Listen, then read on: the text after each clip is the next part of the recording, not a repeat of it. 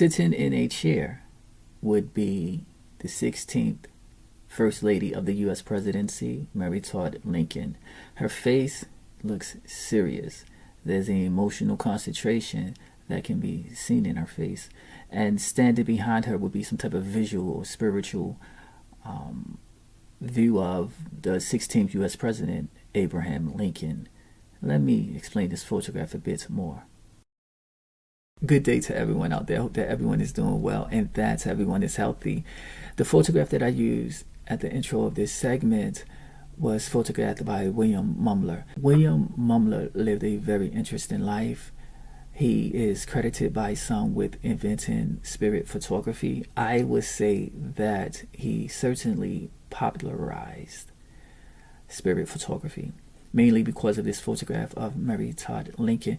It should be noted that he was arrested and prosecuted for fraud pertaining to spirit photography. Now, he was acquitted, so that should also be noted as well.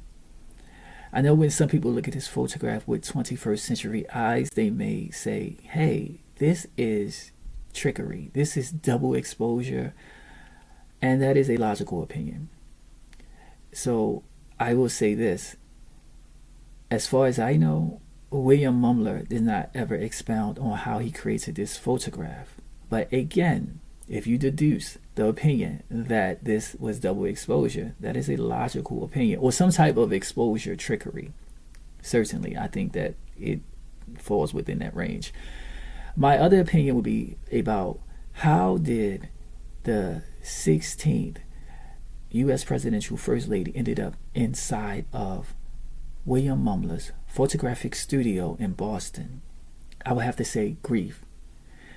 This lady sat next to her husband while he was assassinated. She had to be traumatized. Not only that, she was a widow.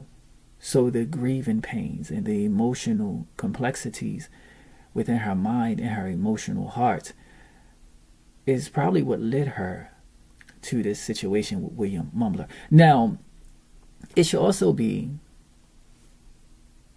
placed ahead of us that photography wasn't even 100 years old at this time. So it was easy for con artists and psychics or anyone that wanted to manipulate whatever they were selling to use photography as a vehicle to show a visual con.